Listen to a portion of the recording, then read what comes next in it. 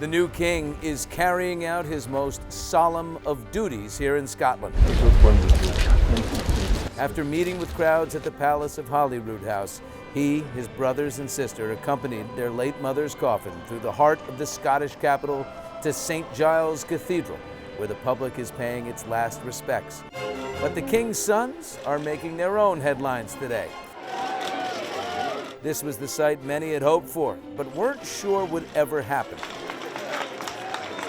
William and Harry reunited together with their wives Kate and Meghan outside Windsor Castle to look at flowers left in tribute and to greet the mourners. It's just so nice to see all four together and just, yeah, it was brilliant. Reviled by some, beloved by others, Meghan got a hug from one well-wisher. So how did this historic moment come about? The Daily Mail reports it was William who reached out to his brother, actually texting him with a proposed time to meet. Bye everyone, thank you so much. A source revealed the joint appearance was delayed by 45 minutes as the brothers worked out the details. King Charles had no hand in arranging the first public meeting of his sons in more than 2 years. Queen Elizabeth will be laid to rest next Monday, and today the tributes continue to pour in. She made a promise as a young woman, and she absolutely kept it with such dignity. Olivia Colman, who won an Emmy just last year for portraying the Queen in The Crown, I don't often get into a fight, but when I do, I want to win. spoke with Variety magazine at the Toronto International Film Festival. And I think we're all incredibly impressed by what she did. Rebel Wilson talked with our special correspondent Adam Glassman at New York Fashion Week. What did she mean to you? Well, one of my middle names is Elizabeth, named after the Queen. So my family was obviously, big fans of the Queen. And it was so sad. I thought she was such a great leader. And they were remembering Elizabeth at the D23 event in California, too. How did she inspire you, or what did you admire about her? There was just a sort of consistency, I suppose. A consistency, a presence. There's something very dependable about her commitment to this job that she didn't particularly want.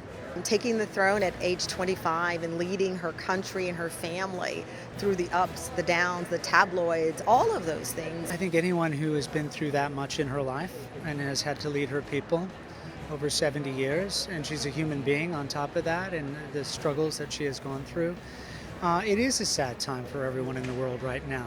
I spoke with Nora O'Donnell, who quickly jetted from D.C. to London to anchor the CBS Evening News from Buckingham Palace. It's the biggest story in the world. There's incredible interest. Of course, the longest reigning monarch, and one of the longest reigning monarchs in the world. And of course, the immense sadness that we've witnessed here. I mean, she was not only revered, I think, for her grace, right, but in her strength, but also her soft power. So how will King Charles rule? You know, it is a period of mourning. It's not loud out here.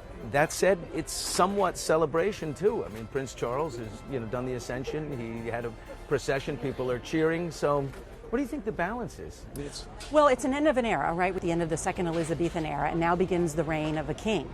God save the king. Can you believe we're saying king? I've never said king before. Yeah. King Charles III, who begins his reign at the age of 73, when most Americans think about, have long since probably retired if they can. So he's beginning his work. But I talk to people who know him closely who say, he'll have to put aside his charities. He's passed them on to his son William, and he will do what he does as a sovereign in terms of counseling the prime ministers. But climate change and recycling, I'm sure he put the first glass of recycling here in Buckingham Palace. So he does have a lot of pet causes. And he will no doubt continue his work to try and heal the fractured relationship between William and Harry.